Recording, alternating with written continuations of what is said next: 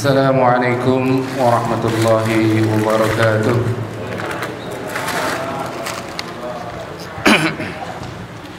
Alhamdulillahi rabbil alamin. Alhamdulillahilladzi hamdan katsiran thayyiban mubarakan fih. Asyhadu an la ilaha illallah wa asyhadu anna Muhammadan abduhu wa rasuluh. Allahumma shalli wa sallim wa barik ala sayyidina wa habibina wa syafi'ina wa maulana Muhammadin wa ala alihi wa sahbihi wa man tabi'ahum bi ihsanin ila yaumiddin. Qala subhanaka la ilma lana illa ma 'allamtana innaka antal alimul hakim. Rabbi a'udzubika min hamazati syayatin wa a'udzubika rabbi an yahdurun. Alhamdulillahi rabbil alamin. Segala puji hanya milik Allah Subhanahu wa taala yang kembali memilih kita untuk bisa hadir di tempat yang mulia ini untuk melaksanakan salah satu kewajiban kita, yaitu menuntut ilmu. Mudah-mudahan segala tapak langkah yang kita langkahkan menuju masjid yang mulia ini Allah catat sebagai penghapus dosa kita dan juga mempermudah jalan kita menuju surganya Allah Subhanahu wa taala. Amin ya rabbal alamin. Salawat dan salam tak lupa marilah kita sanjungkan kepada suri teladan kita, baginda Nabi Muhammad sallallahu alaihi wasallam, dan mudah-mudahan kita yang hadir di tempat ini kelak akan diakui sebagai umatnya dan berhak mendapatkan syafaatul uzma di yaumil akhir nanti. Amin ya rabbal alamin. Yang kami hormati Bapak Ustaz Farhan Hidayat, yang kami hormati Bapak Ustadz Haidir mungkin yang sebenarnya lebih paham, lebih fakih dari saya, karena beliau ini memang sekolahnya khusus di syariah, jadi sebenarnya saya agak kurang ajarnya sama beliau ini. Tapi mudah-mudahan apa yang saya ketahui sedikit bisa bermanfaat untuk diri saya sendiri dan juga untuk para jamaah. Juga kami hormati Bapak Ustadz Hadi, yang berkat beliau lah pengajian kuliah subuh dan juga kegiatan-kegiatan ilmuwan di Masjid Al-Hakim ini beserta timnya bisa terlaksana. Mudah-mudahan apa yang terlaksana di sini, pahala dan keutamaannya akan tersampaikan kepada beliau-beliau yang sudah mengatur acara pada kesempatan pagi ini. Baik jamaah rahimakumullah, melanjutkan dari pembahasan kita yang beberapa waktu yang lalu, 1 bulan yang lalu, kita akan membahas fikih tata cara sholat sesuai dengan sunnah. Yang kami dapatkan kembali, yang kami informasikan di sini, yang kami sampaikan di sini adalah bahwa apa yang kami sampaikan nanti, ketika nanti ada banyak perbedaan, maka perbedaan itu adalah rahmat di dalam Islam. Apa yang kami sampaikan ini adalah berdasarkan dari apa yang kami dapatkan dari guru-guru kami, ya insyaallah sanad keilmuannya bersambung kepada gurunya, kepada guru ulama, para ulama, para imam, kepada para tabi'in, kepada para sahabat, dan insyaallah bermuara kepada baginda Nabi Muhammad sallallahu alaihi wasallam. Maka ketika nanti ada perbedaan, maka untuk dimaklumi, bukan untuk diperdebatkan, karena kembali perbedaan dalam Islam itu adalah rahmat untuk kita bisa mempermudah dalam beribadah kepada Allah Subhanahu wa taala. Baik jamaah rahimakumullah, sebelum kita masuk, mari kita bacakan surat Al-Fatihah kepada penyusun buku ini, kepada guru kami, yaitu Al-Habib Muhammad Amri Asmatkan. Mudah-mudahan apa yang beliau sampaikan di sini akan tersampaikan dengan baik, sesuai dengan apa yang beliau maksud, dan juga akan bisa kita amalkan dalam kehidupan sehari-hari. Al-hadina wal kunatin sallallahu alaihi sallallahu alaihi wasallam wa sallallahu Muhammad Amri Asmatkan. Sirrillahil al-Fatihah. A'udzu billahi minasy syaithanir rajim. Bismillahirrahmanirrahim. Alhamdulillahi rabbil alamin arrahmanir rahim maliki yaumiddin. إياك نعبد وإياك نستعين اهدنا الصراط المستقيم صراط الذين أنعمت عليهم غير المغضوب عليهم ولا الضالين آمين.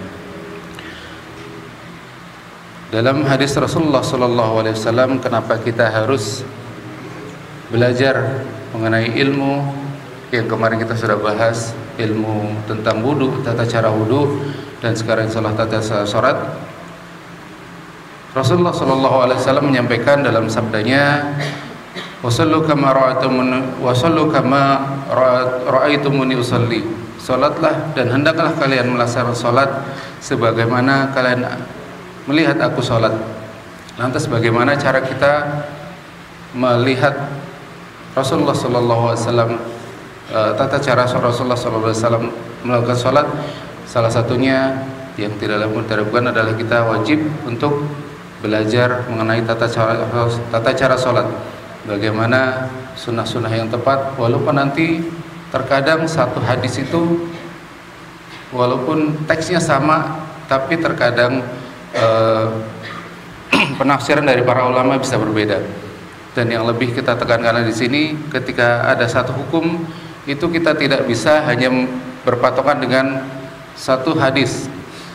Dalam ilmu hadis itu, dalam menentukan salah satu hukum dalam misalnya rukun sholat itu tidak bisa hanya kita berpatokan ketika kita menemukan satu hadis, oh ternyata hadisnya begini. Tidak bisa seperti itu. Jadi hadisnya dikumpulkan dengan matan yang sama, mungkin yang sesuai, dan nanti yang merumuskan itu adalah ulama. Maka saya bilang zalim ketika kita hanya menemukan salah satu hadis dan kita menyimpulkan sendiri. Itu yang saya rasa tidak tepat, karena ilmu hadis ini adalah ilmu yang rumit, ilmu yang panjang. Maka ketika kita melakukan salah satu amalan dan itu sudah berdasarkan dari apa yang kita dapatkan dari guru-guru kita, dari para ulama, insyaallah itu sudah sesuai, dan itulah pemahaman daripada ulama jauh lebih faham dibandingkan dengan apa yang kita tafsirkan dalam misalnya kita menemukan salah satu hadis. Baik, Bapak Ibu rahimakumullah,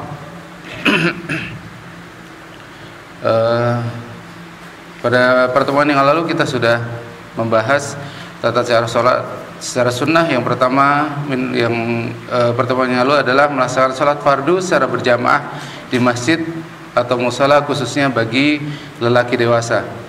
Ini kemarin sudah kita bahas, bahwa kita juga sebenarnya sudah ketahui bersama keutamaan-keutamaan dalam melaksanakan sholat berjamaah di masjid. Beberapa waktu lalu guru kita Ustaz Hadi juga sudah menyampaikan keutamaan-keutamaan, terutama sholat subuh berjamaah di masjid, dan itu adalah salah satu tata cara sunnah dalam kita melakukan sholat, yaitu melaksanakan sholat berjamaah di masjid, khususnya bagi lelaki dewasa. Kita usahakan semaksimal mungkin. Ini juga mengingatkan bagi diri saya sendiri, karena sesungguhnya diri saya sendiri juga masih jauh dari apa yang saya sampaikan nanti, bahwa apa yang saya sampaikan belum juga sepenuhnya saya laksanakan sendiri. Maka oleh karena itu dalam penyampaian saya ini utamanya untuk mengingatkan diri saya sendiri. Baik, yang kedua, tata cara sholat sesuai sunnah, yaitu yang kedua meletakkan sutrah atau pembatas di tempat sujud. Dari Abdullah bin Umar radhiyallahu anhuma, Rasulullah sallallahu alaihi wasallam bersabda, "La tusallu illa ila sutratin wa la tada' ahadun yamurrun baina yadayka." Janganlah kalian salat kecuali menghadap ke sutrah, dan janganlah biarkan seseorang lewat di depan kamu. Hadis riwayat Ibnu Khuzaimah nomor 800, hadisnya sahih. Jadi kalau kita lihat di masjid-masjid besar, mudah-mudahan itu dia nanti bisa mengadakannya. Sudah banyak sekali sekarang yang mengamalkan ini. Kita lihat banyak sutrah di situ, biasanya dengan menggunakan kayu gitu ya Pak ya. Ya, itu adalah salah satu kesunahan dalam kita melakukan sholat, melaksanakan sholat.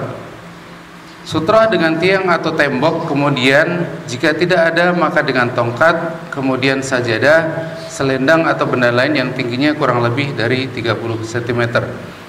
Dari Talhah bin Ubaidillah radhiyallahu anhu, Rasulullah sallallahu alaihi wasallam bersabda, "Idza ja'alta baina yadayka mithla mu'khiratin ar-rahli fala yadurruka man marra baina yadayka."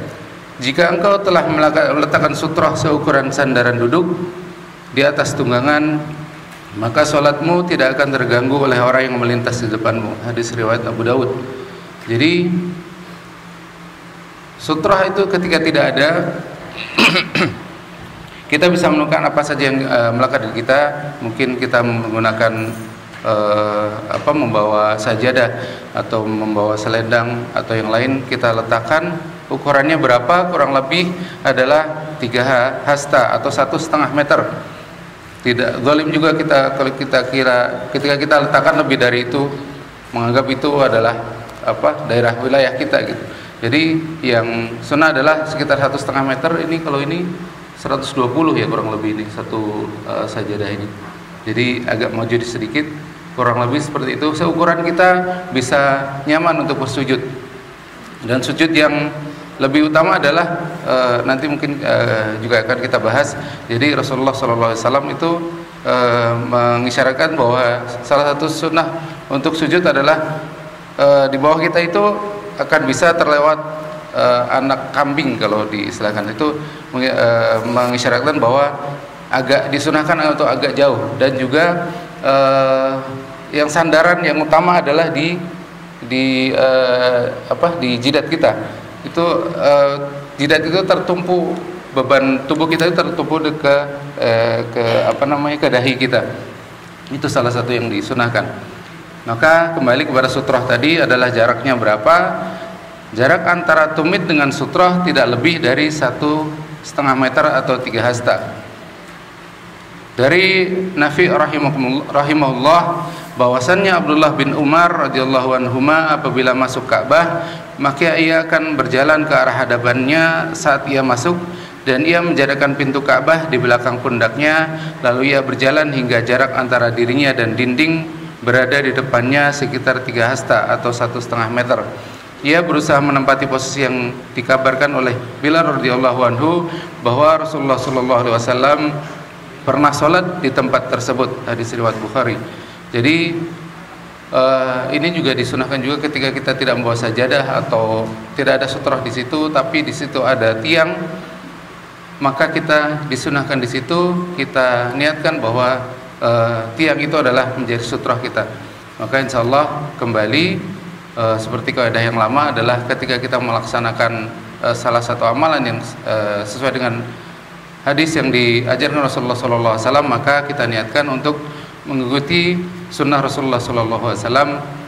Dan ketika kita meniatkan untuk mengikuti itu, maka insya Allah kita akan mendapatkan pahala mengikuti sunnah Rasulullah SAW. Jadi tadi adalah sutrah, jaraknya kurang lebih 1,5 meter. Kemudian ini juga menandakan bahwa jarak antara kita dan sutrah itu adalah dalam tanda kutip hak milik kita. Ketika biasanya kita kalau sholat sunnah, setelah sholat sunnah di masjid itu ada kondisinya mungkin agak ramai dan juga banyak berlalu lalang. Ketika ada seseorang yang lewat di depan kita maka kita berhak untuk menghalanginya. Tidak boleh ada seorang yang lewat di antara kita dan sutrah kita. Maka bagaimana isyaratnya untuk kita menghalangi orang itu lewat di depan kita? Bisa dengan menggunakan tangan kita kedepankan untuk orang itu tidak melewati di depan kita. Tapi tidak juga dengan jurus yang gini itu enggak juga ya. Sekedar ini aja. Jadi pun ketika kita melewati tersebut dan ada isyarat begitu, kita beristighfar bahwa kita lalai akan itu, bukan berarti kita sebisa mungkin kita hindarkan untuk tidak lewat di depan orang sedang melakukan sholat. Tapi jaraknya ketika sudah misalnya memang krodit, banyak sekali jamaah, dengan perkiraan 1,5 meter saja gitu, insya Allah sudah cukup kita untuk bisa lewat di depannya. Bukan berarti kita juga harus menunggu sampai orang itu berhenti untuk melaksanakan sholat baru kita lewat, tidak. Tapi ketika ukurannya sudah sekiranya 1,5 meter di depan orang yang sholat tersebut, maka insya Allah kita sudah bisa untuk kita melewatinya. Baik, itu sunnah kedua. Kita lanjut ke sunnah ketiga, yaitu membaca basmalah. Dari Abu Hurairah radhiyallahu anhu, Rasulullah sallallahu alaihi wasallam bersabda, "Kullu amrin dzi balil la tubada'u fihi bismillahirrahmanirrahim aqta'u." Setiap perkara penting dalam agama yang tidak dimulakan dengan basmalah, maka hal tersebut terputus dari keberkahan Allah. Kita memulai salat kita dengan membaca, biasa juga bisa dengan ta'awudz, juga dilengkapi dengan basmalah untuk mendapat keberkahan dalam salat kita. Kemudian yang selanjutnya adalah bersiwak. Ini yang saya juga masih belum mengamalkan bersiwak karena belum apa ya.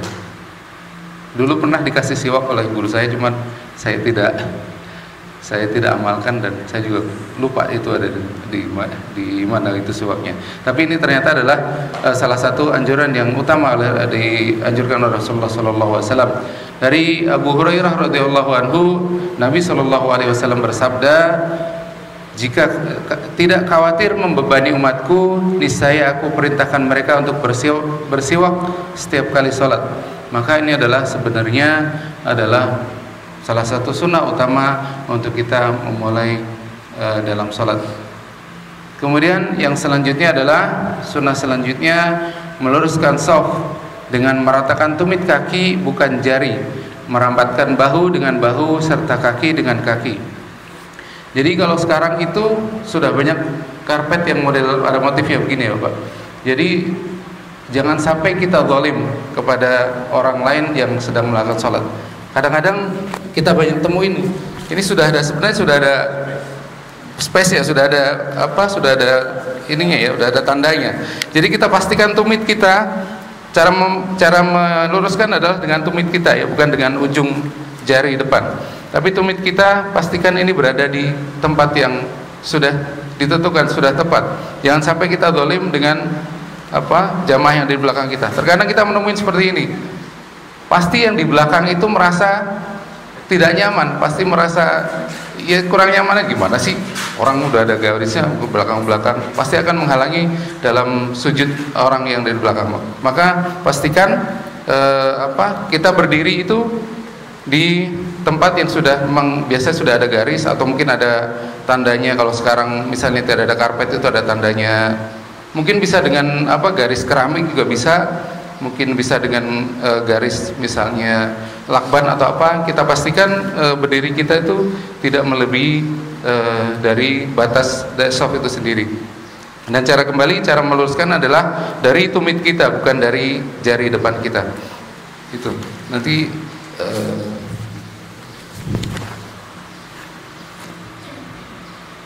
dari Ibnu Umar radhiyallahu anhuma, Rasulullah sallallahu alaihi wasallam bersabda, "Luruskanlah shaf-shaf, sejajarkan bahu-bahu kalian, tutuplah celah shaf dan jangan biarkan celah-celah shaf untuk syaitan.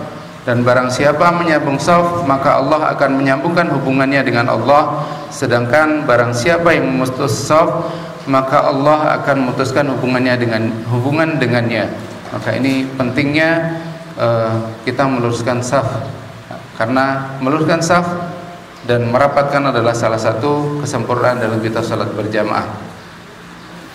Kemudian yang selanjutnya setelah kita meluruskan shaf, niat salat dengan lisan sebelum takbir dan dengan hati ketika takbir. Ini kembali sesuai dengan apa yang diajarkan, sesuai dengan mazhab kita, yaitu mazhab Imam Syafi'i, bahwa niat itu dilafazkan. Dari Umar bin Khattab radhiyallahu anhu, Rasulullah sallallahu alaihi wasallam bersabda, "Innamal a'malu binniyat wa innama likulli imri'in ma nawa." Amal itu hanya dianggap sesuai dengan niat dan seseorang hanya mendapatkan apa yang dia niatkan. Hadis riwayat Bukhari nomor 1. Untuk membantu niat dalam hati, bagus jika dilafazkan dengan lisan sebelum takbir. Yang pertama, untuk membedakan satu salat dengan salat yang lainnya, maka harus diperhatikan hal-hal sebagai berikut.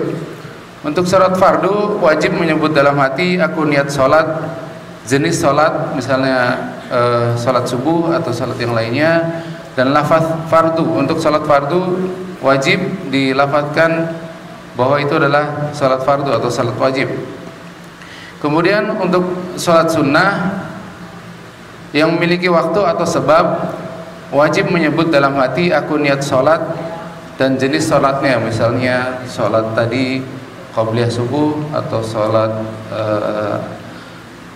misalnya nanti sholat syuruk setelah ini atau sholat duha dan lain sebagainya, maka wajib menyebutkan minimal dalam hati adalah niat sholat dan juga jenis sholat. Kemudian yang selanjutnya untuk sholat sunnah yang tidak memiliki sebab atau waktu, maka cukup saya niat sholat, misalnya sholat awabin yang biasanya disunahkan jam 11-an itu sebelum masuk sholat zuhur. Ada sholat awabin, ada 2 waktu, mohon maaf saya agak lupa, yang saya ingat adalah di kurang lebih jam 11 atau sebelum waktu jam setengah 12 sebelum waktu zuhur. Kemudian melafazkan niat sebelum takbir adalah perkara baik, sebab dapat membantu agar mudah melafazkan niat dalam hati. Itu dalam mazhab Imam Syafi'i adalah melafazkan niat dengan lisan, bukan, tidak cukup dengan di dalam hati. Kemudian yang selanjutnya adalah berdiri tegak. Nah, ini salah satu cara bagaimana kita berdiri. Ini juga terkadang kita perhatikan masih ada beberapa yang kurang tepat. Kembali kaidahnya adalah kita usahakan seluruh anggota badan kita adalah menghadap kiblat, termasuk jari-jari kita. Maka bagaimana caranya berdiri tegak? Berdiri dengan seluruh kaki menghadap kiblat. Dari Wasi' bin Hibban rahimahullah, ia berkata, Abdullah bin Umar radhiyallahu anhuma menyukai agar semua anggota badannya menghadap kiblat ketika sholat, bahkan ia menghadapkan ibu jarinya ke arah kiblat. Hadis riwayat Ibnu Sa'ad. Jadi bagaimana cara berdirinya? Kita perhatikan seluruh anggota badan kita, kaki kita juga lurus menghadap kiblat. Terkadang ada yang suka begini ya, ada yang melebar begini, V, itu kurang tepat. Tapi seluruh anggota badan kita menghadap ke kiblat, termasuk jari-jari kita. Itu kita usahakan lurus, jangan miring. Karena miring kenapa? Nanti akan mengganggu juga sebelah jamaah yang lain di sebelah kita. Seperti itu. Terkadang juga bisa keinjak juga kalau ketika berdiri dari sujud atau sebagainya. Jadi yang tepat bagaimana adalah lurus menghadap kiblat, termasuk jari-jari kita luruskan menghadap ke kiblat. Seperti itu, Bapak Ibu. Kemudian yang selanjutnya setelah kita meluruskan jari kaki kita adalah jarak antara kaki kanan dengan kaki kiri seukuran 1 jengkal atau kurang lebih 1 jengkal. Dari Abu Ubaid rahimahullah bahwa Abdullah bin Mas'ud radhiyallahu anhu melihat seorang lelaki merapatkan kedua kakinya. Maka Abdullah radhiyallahu anhu berkomentar, lelaki itu telah menyalahi sunnah. Jika ia merenggangkan kedua kakinya, maka itu lebih aku sukai. Hadis riwayat Nasa'i. Jarak 1 jengkal antara kaki kanan dan kaki kiri, misalkan antara bahu rapat dengan orang yang berada di samping kanan dan kirinya. Jadi ini juga yang kami dapatkan dari guru kami adalah kurang tepat ketika kita kadang-kadang juga melihat orang juga terlalu lebar gitu untuk memenuhi safnya, jadi kakinya yang dilebarkan. Ini juga kurang tepat. Jadi kurang lebih seberapa adalah 1 jengkal. Jarak antara kaki kanan dengan kaki kiri adalah kurang lebih 1 jengkal. Dan bagaimana hadis dengan yang merapatkan bahu dengan bahu, kaki dengan kaki, kalau begitu memang lebar ya. Jadi karena harus merapatkan kaki dengan kaki jadi lebar. Sebenarnya bukan menurut tafsir dari para ulama kami, para guru-guru kami, sebenarnya yang adalah seukuran 1 jengkal, dan yang kita rapatkan adalah bahu kita. Bukan bahu ini ya. Kalau bahu kan ini ya. Kalau kita pengertian secara teks bukan konteks. Dalam memahami hadis itu kita tidak bisa tidak hanya tidak memahaminya dengan teks tapi secara konteks.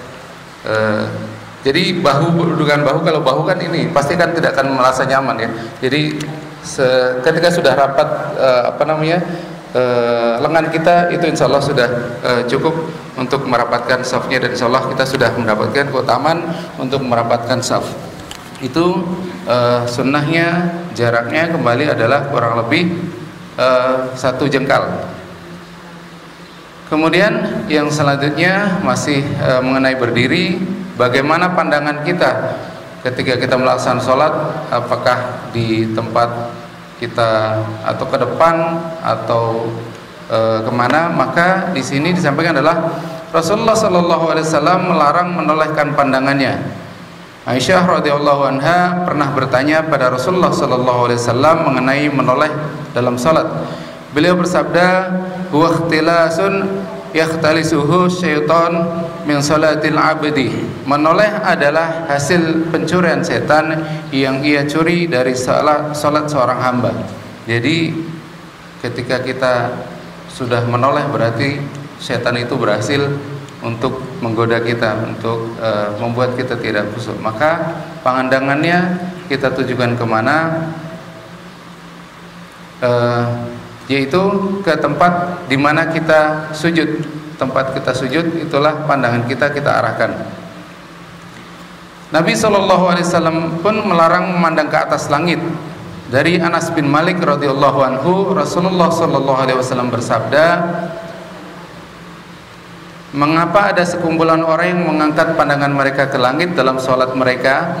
Hendaklah mereka hentikan hal itu, atau niscaya akan dicabut pandangan-pandangan mereka." Nah, Masya Allah, ini larangan dan juga ancaman bagi mereka yang suka meletakkan pandangan mereka di langit ketika mereka melaksanakan sholat. Hadis riwayat Bukhari nomor 350.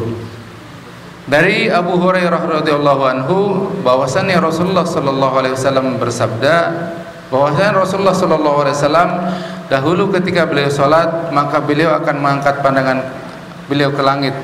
Kemudian turun firman Allah taala dalam Quran surat Al-Mu'minun ayat 2, orang beriman itu mereka yang khusyuk dalam salat mereka. Qad aflahamal mu'minun alladzina hum fi salatihim khashi'un. Adalah orang-orang yang salat yang khusyuk dalam salatnya, maka beliau menundukkan kepala beliau dalam salat. Hadis riwayat Hakim. Jadi Rasulullah SAW dulu pernah menghadapkan pandangan beliau ke langit, tapi seketika itu ditegur oleh Allah Subhanahu wa taala melalui Quran surat Al-Mu'minun, maka beliau setelah itu menundukkan kepala beliau. Itu mengenai berdiri. Yang pertama tadi adalah menghadapkan seluruh jari ke arah kiblat, dan juga jarak kaki kanan dan kiri ukuran kurang lebih 1 jengkal. Kemudian menghadapkan pandang mata kita ke tempat sujud. Masih ada waktu? Dikit lagi Pak, sampai takbiratul ihram. Kemudian setelah itu, setelah kita berdiri tadi, sebelumnya membaca bismillah, ta'awudz dan bismillah, kita atur berdiri kita, kemudian mengucap lafaz takbiratul ihram atau Allahu Akbar. Takbiratul ihram disyaratkan dengan lafaz Allahu Akbar. Mengucapkan sekiranya dapat memperdengarkan pada diri sendiri dalam keadaan tidak bising dan pendengaran normal. Jadi ini yang disunat. Bagaimana takbiratul ihramnya jamaah dengan imam itu berbeda. Jadi ketika kita menjadi makmum, kita disunahkan hanya untuk sir saja, hanya untuk seukuran kita saja mendengar. Jadi kalau terkadang dengar ya sampai Allahu Akbar yang kayak, walaupun mungkin maksud dia itu memantapkan dirinya, tapi itu adalah kurang tepat. Jadi yang tepat adalah ketika kita menjadi makmum, seukuran kita membaca takbiratul ihram adalah seukuran kuping kita sendiri yang mendengar, yaitu dengan lafaz sir. Tidak kurang tepat ketika mengucapkannya dengan jahar. Kemudian dengan bahasa Arab mengucapkan huruf dan panjang pendeknya dengan benar. Jadi Allahu Akbar, ketika Allah itu ada 2 harokat minimal, itu wajib sesuai dengan panjang pendeknya Allahu Akbar itu. Kemudian setelah sempurna syarat sah salatnya seperti wudu dan lain sebagainya, kemudian disertakan dengan niat salat dan tidak meniatkan selain takbiratul ihram. Maksudnya kita niatkan takbir kita untuk takbiratul ihram. Kemudian tidak memisahkan lafaz Allah dan Akbar lebih dari mengambil sekali nafas atau dari 2 lafaz sifat Allah. Misalnya seperti ini, Allahu Akbar, itu tidak boleh seperti itu. Dipisah antara Allah dan Akbar seukuran dua sifat Allah. Misalnya Rahman Rahim, itu 2 sifat Allah ya. Ketika kita melafazkan Rahman Rahim, atau mungkin seukuran kurang lebih 1 detik atau 2 detik ya. Memisah antara lafaz Allah dan Akbar lebih dari sekali nafas atau lebih dari 2 lafaz sifat Allah adalah tidak boleh. Maka untuk lebih amannya kita gabung saja Allahu Akbar. Seperti itu cara kita melafazkan takbir. Melafazkan takbir bersama dengan memulai mengangkat tangan dan berakhir ucapan takbir bersamaan dengan meletakkan tangan. Dari Wa'il radhiyallahu anhu, ia melihat Rasulullah sallallahu alaihi wasallam mengangkat kedua tangannya dengan takbir. Jadi ketika sudah mulai mengangkat tangan, kita sudah mulai melafazkan Allahu Akbar. Allahu Akbar. Jadi mulai mengangkat tangan pun sudah melafazkan. Kadang ada juga yang sudah angkat baru Allahu Akbar. Nah itu apa yang kami dapatkan adalah kurang tepat. Jadi ketika memulai gerakan, maka memulai juga lafaz zikir kepada Allah. Kalau takbiratul ihram berarti membaca Allahu Akbar. Allah Subhanahu wa taala berfirman, "Wa aqimis salati lidzikri," dan tegakkanlah salat untuk berzikir kepadaku. Ayat ini mengisyaratkan bahwa semua pergerakan salat harus diiringi dengan zikir, sehingga lafaz takbir bagusnya berakhir ketika tangan telah turun secara sempurna. Jadi sudah menggenggam Allahu Akbar, selesai gerakan, maka selesai pula lafaz yang kita ucapkan. Kemudian bagaimana tata caranya takbiratul ihram? Mengangkat tangan hingga mensejajarkan ujung jari dengan bagian atas telinga, ibu jari dengan cuping telinga, dan pergelangan tangan dengan bahu. Dari Abdullah bin Umar radhiyallahu anhuma, ia berkata, aku melihat Rasulullah sallallahu alaihi wasallam apabila beliau memulai salat, maka beliau akan mengangkat kedua tangannya sehingga sejajar dengan kedua bahunya. Hadis riwayat Bukhari. Dari Wa'il radhiyallahu anhu bahwasannya ia melihat Nabi sallallahu alaihi wasallam ketika beliau berdiri untuk salat, maka beliau mengangkat kedua tangannya hingga keduanya sejajar dengan kedua bahu, dan beliau mensejajarkan kedua ibu jarinya dengan kedua kupingnya, kemudian bertakbir. Jadi seperti tadi yang sudah disampaikan adalah ibu jari sejajar dengan cuping telinga seperti ini, dan juga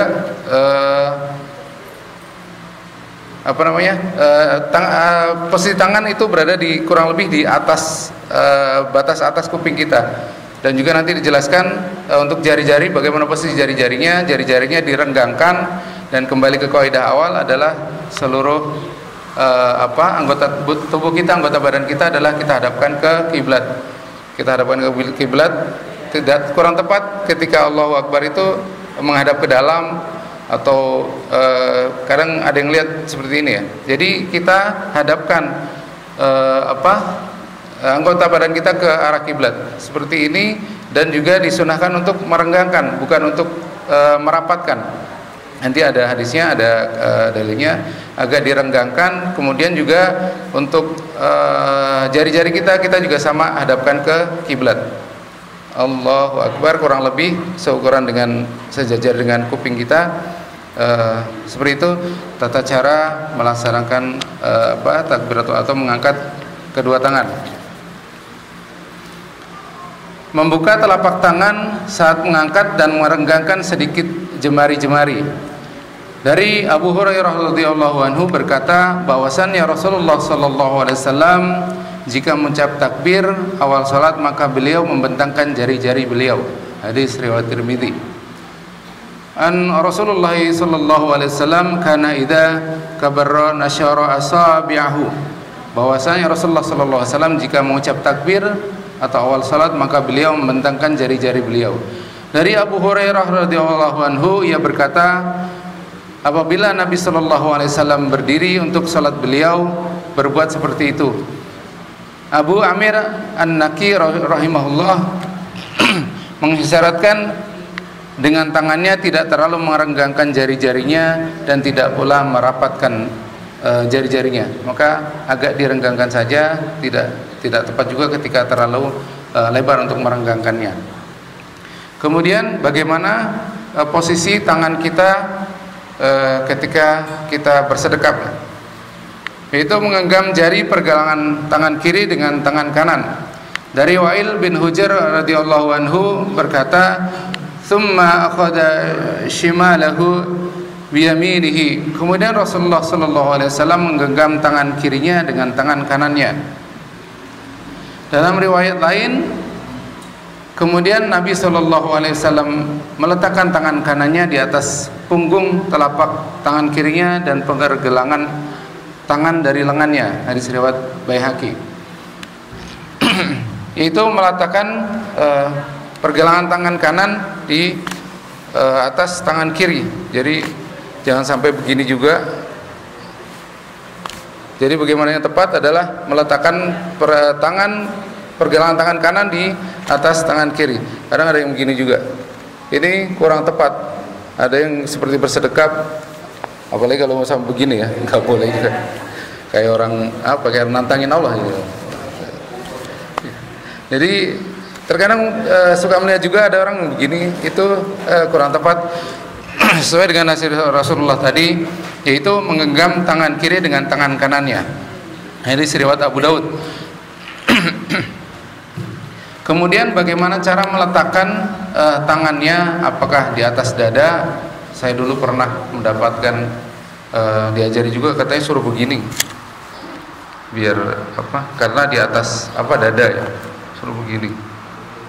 Ya mungkin Allah alam, beliau mungkin juga ada dalilnya, tapi apa yang kami dapatkan tidak seperti itu. Kadang-kadang ada juga yang meletakkan sampai di atas dagu seperti ini, ada juga seperti itu. Tapi insya Allah yang sampai kepada kami dan insya Allah juga sampai bermuara ke Rasulullah SAW, kepada sahabat, kepada tabiin dan kepada sahabat adalah bagaimana cara meletakkannya.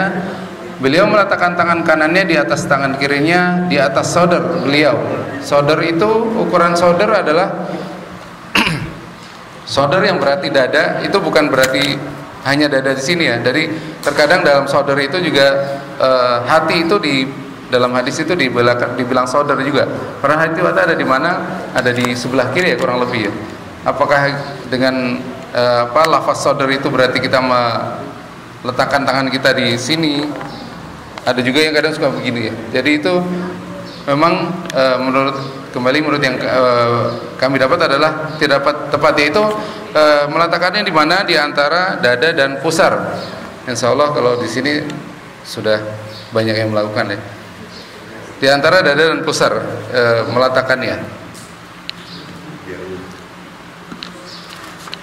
Itu cara meletakkannya. Kemudian sunnah lebih memanjangkan rakaat pertama dari rakaat kedua. Ini mungkin tata cara. Ini dari Abu Qatadah radhiyallahu anhu berkata, wa kana yutir rakaatil ula ma la yutilu fi thalathiyah. Dan beliau Rasulullah sallallahu alaihi wasallam memanjangkan rakaat pertama tidak sepanjang rakaat kedua. Ini juga dalam kita memilih surat seperti itu juga kita usahakan lebih panjang surat yang pertama yang kita baca dibandingkan surat kedua, dan juga kita usahakan itu berurutan ya,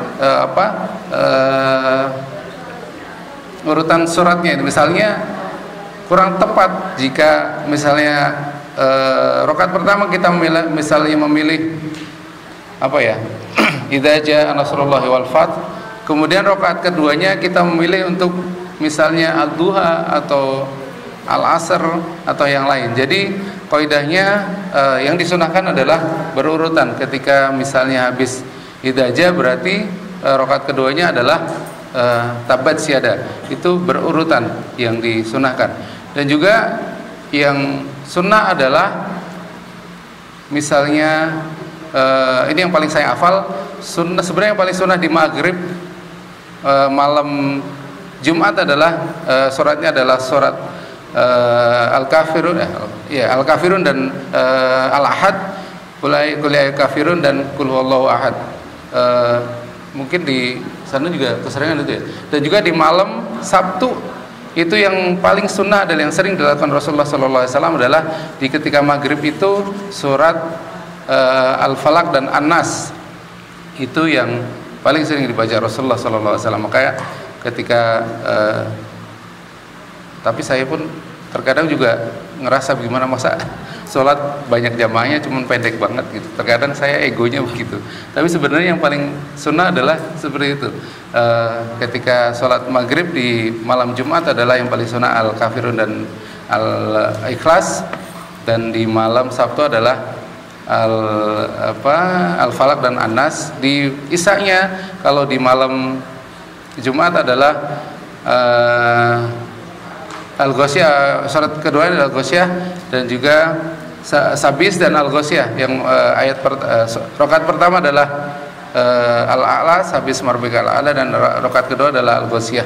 Itu ya sebenarnya yang paling sering dilakukan Rasulullah SAW. Kalau kita mau mengikuti sunnah itu seperti itu. Dan juga di maghrib itu disunahkan untuk surat yang dibaca adalah wadduha ke bawah sampai An-Nas. Itu yang paling sering dibaca Rasulullah SAW. Tapi ketika nanti kita mengikuti imam yang membaca selain itu, ya jangan grundel juga, kita ikutin saja karena ya itu imam kita. Tapi secara sunnah yang sampai kepada kami yang diajarkan yang sering dibaca Rasulullah SAW adalah ketika maghrib, karena juga waktunya singkat mepet, maka yang paling sunnah adalah ad-duha sampai Anas. Itu yang mungkin dapat kami sampaikan. Sudah jam 6 lebih. Insyaallah pertemuan ke depan akan kita lanjutkan lagi bahasannya. Mudah-mudahan Allah Subhanahu wa taala memberikan kemudahan kita untuk bisa memahami apa yang disampaikan Rasulullah sallallahu alaihi wasallam, dan juga kita bersemangat, kita niatkan untuk bisa hadir di majelis-majelis ilmu, untuk bisa kita niatkan untuk semakin dekat dan dekat lagi dengan Allah Subhanahu wa taala, untuk kita mencari bekal untuk kita berpulang kepada Allah Subhanahu wa taala. Mudah-mudahan dengan seringnya kita menghadiri majelis-majelis ilmu, meramaikan masjid Allah Subhanahu wa taala. Kita tahu kita sering berjalan ke masjid Allah, ke rumah Allah, maka insyaallah ketika kita pulang menghadap Allah Subhanahu wa taala, kita tidak akan pernah tersesat. Amin ya rabbal alamin. Demikian dari dapat kami sampaikan, kurang dan lebih yang mohon maaf. Yang salah adalah dari saya sendiri, yang benar dari Allah Subhanahu wa taala. Mudah-mudahan Allah Subhanahu wa taala memberikan umur panjang kepada kita untuk kita senantiasa bersemangat untuk kita tidak menyisakan tapi menyisakan waktu untuk kita bisa menuntut ilmu agama Allah. Demikian, kurang dan lebih mohon maaf. Hadanallahu wa iyyakum ajma'in. Assalamualaikum warahmatullahi wabarakatuh.